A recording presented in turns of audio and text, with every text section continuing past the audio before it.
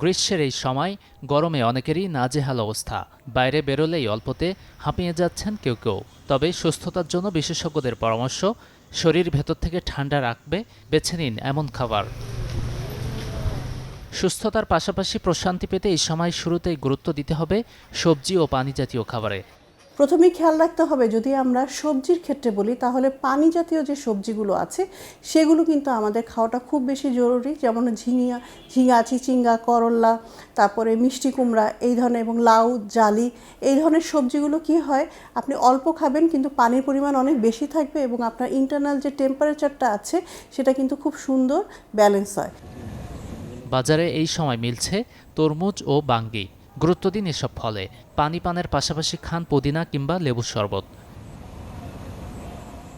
গরমে খাওয়া উচিত নয় অতিরিক্ত চিনি জাতীয় খাবার। এড়িয়ে চলতে হবে কোমল পানীয়।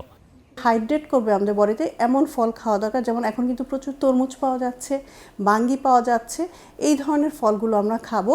পানি জাতীয় আর যে শরবতগুলো আছে সেগুলো কিন্তু খুব বেশি দরকার, কারণ আমরা দেখা যায় যে গরমে যখন বাইরে যাই তখন বিভিন্ন ধরনের কোল্ড ড্রিঙ্কস খেয়ে থাকি, তো সেখানে প্রচুর চিনি থাকে যেগুলো আমাদের শরীরের জন্য তো ভালোই নয়, বরঞ্চ আরও আমাদের টেম্পারেচারটাকে অন্যভাবে নিয়ে যেতে পারে বডিতে। তার পরিবর্তে আমরা কি করতে পারি, ডাবের পানি কিন্তু আমরা খেতে পারি।